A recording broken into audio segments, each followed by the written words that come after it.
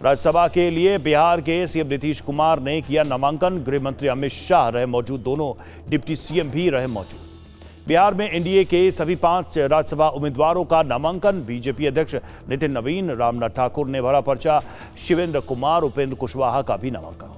बिहार के सीएम नीतीश कुमार का x post लिखा, विकसित बिहार का संकल्प कायम रहेगा, नई सरकार को पूरा सहयोग करूंगा। नीतीश कुमार के राज्यसभा जाने को लेकर बोले गृह मंत्री अमित शाह, नीतीश का कार्यकाल बिहार के इतिहास में स्वर्णिम पृष्ठ के रूप में लिखा जाएगा। बिहार के नए सीएम को लेकर बोले बीजेपी सांसद मनन मिश्रा, बिहार के नए सीएम को लेकर शीर्ष नेतृत्व फैसला करेगा, नया सीएम बीजेपी का ही बनना चाहिए। नीतीश के राज्यसभा के लिए नामांकन पर रविशंकर प्रसाद ने कहा, नीतीश बिहार को सुशासन के रास्ते पर लेकर आए, जंगल राज से मुक्ति दिलाए। बीजेपी नेता अश्विनी चौबे ने कहा, नीतीश कुमार का मार्गदर्शन बिहार को मिलता रहेगा, उन्होंने जो फैसला किया है वो भविष्य में अच्छा साबित होगा। कांग्रेस नेता सलमान खुर्शीद ने कहा, नीतीश के फैसले का उनकी पार्टी के कार्यकर्ता ही विरोध कर रहे हैं, ये नीतीश को बिहार से दूर करने की साजिश है।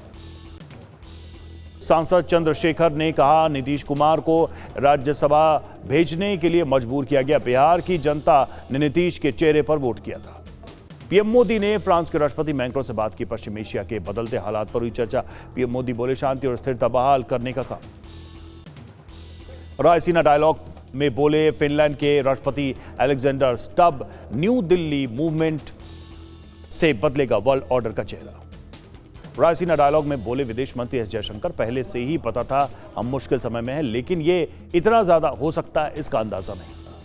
भारत और फिनलैंड के बीच कई अहम समझौते, ऊर्जा, ग्रीन हाइड्रोजन को लेकर अहम समझौते, AI, 5G, 6G को लेकर सहयोग पर जोर। राष्ट्रपति मुर्मू से मिले फिनलैंड के राष्ट्रपति अलेक्जेंडर स्टब, कई मुद्दों को लेकर हुई चर्चा। चुनाव से पहले पश्चिम बंगाल के राज्यपाल सीवी आनंद बोस का इस्तीफा, RN रवि नए राज्यपाल नियुक्त। जिष्णुदेव वर्मा महाराष्ट्र के राज्यपाल बने। जिष्णुदेव वर्मा पहले तेलंगाना के राज्यपाल थे।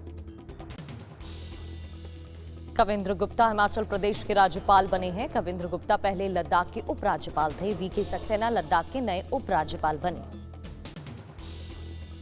तरनजीत सिंह संधू दिल्ली के नए उपराज्यपाल बने हैं। तरनजीत सिंह संधू अमेरिका में भारत के राजदूत थे। VK सक्सेना की जगह लेने वाले हैं। बिहार के नए राज्यपाल बने हैं सेवानिवृत्त लेफ्टिनेंट जनरल सैयद अता हसनैन। आरिफ मोहम्मद खान की लेंगे जगह। शिव प्रताप शुक्ल को तेलंगाना का राज्यपाल नियुक्त किया गया है, पहले हिमाचल प्रदेश के राज्यपाल रह चुके हैं। सीवी आनंद के इस्तीफे पर सीएम ममता बनर्जी का बयान, राज्यपाल आनंद बोस के इस्तीफे से हैरान हूं, इस्तीफे के पीछे की वजह नहीं पता। केंद्रीय मंत्री गिरिराज सिंह ने कहा, बांग्लादेशी घुसपैठियों को नागरिकता दिलवाना चाहती हैं सीएम ममता। पश्चिम बंगाल में SIR को लेकर बीजेपी और टीएमसी में तकरार जारी, एक दूसरे पर लगाए गड़बड़ करने के आरोप। टीएमसी का बयान, लगभग 23 लाख नाम हटा दिए गए। पश्चिम बंगाल के वेस्ट मिदनापुर में एक BLO की मौत, परिवार का आरोप। SIR को लेकर लंबे वक्त से मानसिक रूप से परेशान। 9 से 10 मार्च को पश्चिम बंगाल का दौरा करेगी चुनाव आयोग की टीम। समीक्षा के बाद बंगाल में चुनाव तारीखों का ऐलान होगा।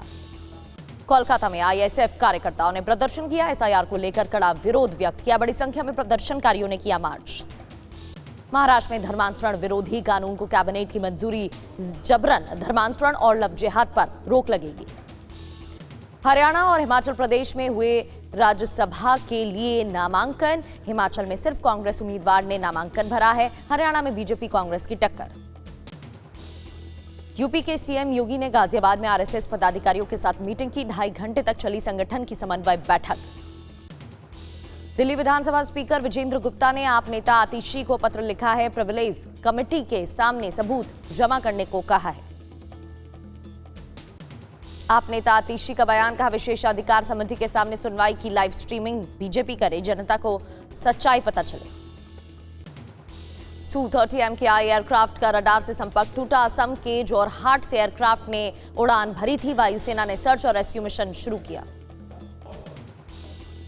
T20 वर्ल्ड कप के फाइनल में भारत पहुंचा है। मुंबई के वानखेड़े स्टेडियम में इंग्लैंड को 7 रनों से मात दी। 8 मार्च को भारत न्यूजीलैंड के बीच होगा फाइनल मुकाबला।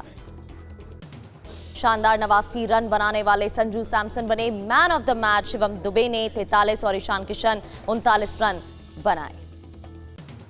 भारत की जीत पर गृह मंत्री अमित शाह ने शुभकामनाएं दी। एक्स पोस्ट पर लिखा, हमारे खिलाड़ियों ने लगन मेहनत दिखाई है। सेमीफाइनल में भारत की जीत पर केंद्रीय मंत्री पीयूष गोयल का बयान, हमारे सभी खिलाड़ियों ने लाजवाब प्रदर्शन किया, फाइनल में भी हम जरूर जीतेंगे। सेमीफाइनल में भारत की जीत पर महाराष्ट्र के मुख्यमंत्री फडणवीस का बयान, भारतीय टीम का फाइनल में पहुंचना खुशी की बात। सेमीफाइनल में इंग्लैंड के खिलाफ भारत की जीत के बाद खुशी से झूमे फैंस, जम्मू में युवाओं ने लगाए भारत माता की जय के नारे। यूपी के कानपुर में टीम इंडिया की जीत का जश्न मनाया गया, लोगों ने आतिशबाजी की, तिरंगा लहराकर टीम इंडिया को बधाई दी। यूपी के प्रयागराज में भी इंडियन क्रिकेट टीम के फैंस ने जश्न मनाया, हजारों की संख्या में फैंस जुटे। पंजाब के मोहाली में भी भारत की सेमीफाइनल में जीत से उत्साहित नजर आए फैंस, जमकर जीत की खुशी मनाई।